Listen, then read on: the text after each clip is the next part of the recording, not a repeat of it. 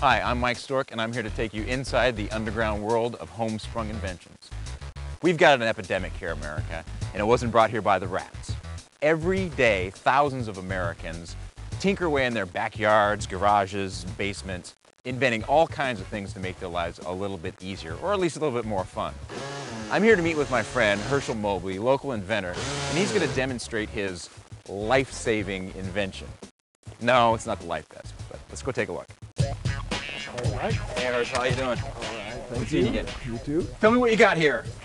I call it canoe savers. They're a good way to get out of the water quick if you swamp a canoe and you're out from shore and there's no one around to fish you out. And it's very cold. And you can't stay in the water long. So Right. if you dump it, the canoe just gets to be a great big bucket. Right, sits there. and I believe Newton said that a canoe full of water tends to stay full of water. That's an exact And so quote. back up. Yeah, it is. Yeah. Yeah. Well, show me a little bit how you would do Okay. this if we were to swamp this.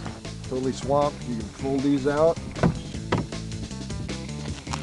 and then swim back to the middle of the canoe and grab it right here. And then as it rolls, you're going to be able to control that and let it stand right on its edge. It'll pop up out of the water, dump out its contents. and Sounds confusing. it'll dump. You'll love it.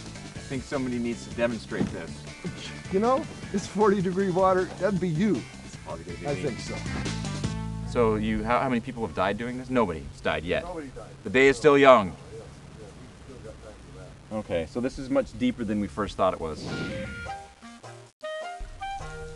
Oh, how shallow? Well, where I was over there was like shallow. I was touching, so. That's nothing but mud. Pull me in. Now you're gonna walk me through this. So here I am. I'm Joe Drunkard. Hey, wait a minute. I sold my canoe to that guy. Drinking and swearing and fornicating. Just climb up on it, get your knee on it, and sink that one side. Oh no! Does it flip all the way over? Oh! This is cold water. Okay, now you need to roll it over. There you go. Now, why those close? This is cold. It's taking the wind out of me. Well, my testicles are shriveled up the size of raisins, but I've got a job to do.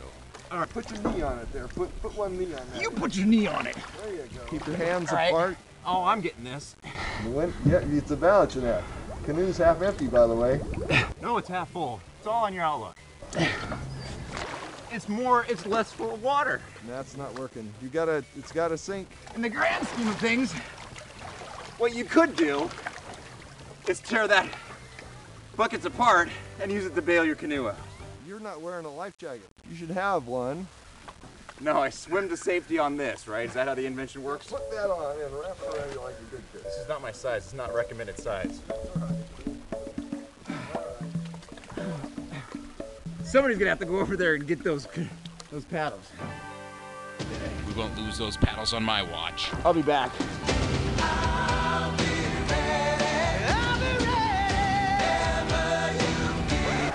Oh, it's cold. Yeah. Who am I kidding? I think I know why it didn't work. All right. Okay, Mike. So I understand what was happening out there. I think the problem was water had seeped in through the duct tape on the barrel on the float here. You can actually see some of the water in there. And that reduced the amount of buoyancy that we had to lift the canoe out of the water. But other than that, other than the duct tapes leaking, I think this is a job well done. I think this is a great invention and it would have worked fine. That's all we need. Thanks for getting me wet. Yeah, you're welcome. You did good. You didn't get your hair wet, though. I didn't. Well. It's new press on here. But wait, there's more. I do some inventing on my own. With the looming specter of $5 a gallon gasoline, I decided it was time to take action about my power consumption. So what I'm standing on here is the remains of what used to be a beautiful cabin in the woods. It was going to be completely off-grid, no impact to the environment, solar power, wind turbines, recaptured rainwater for non-potable water usage, a composting toilet. But now it's been reduced to just rubble. But it's still a dance floor.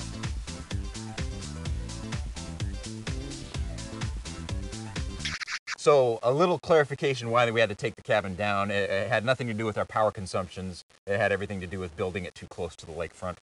Some kind of rule, I guess. Even in the Pacific Northwest, where we have 200 days of annual precipitation, an overcast day like today, we can still generate about 14 volts of electricity in the solar array.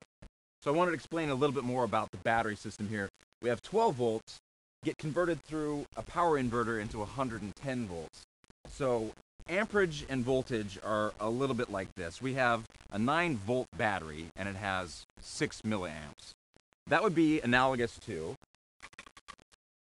amperage would be the free electrons represented by water in the bucket, and voltage would be represented by how quickly I pour the water out.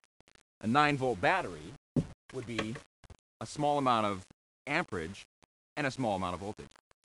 It's more of a flavor than anything. But say I had a small amount of amperage and a large amount of voltage, say like in a taser. Jeez. Woo! I feel like I got punched. You can tell there's a lot of juice in that. A lot of amperage. A lot of... Oh, no, not a lot of amperage. A lot of voltage. Holy smokes. And nobody died. Unlike my car, which just emits smoke, my friend Tim's actually runs on it.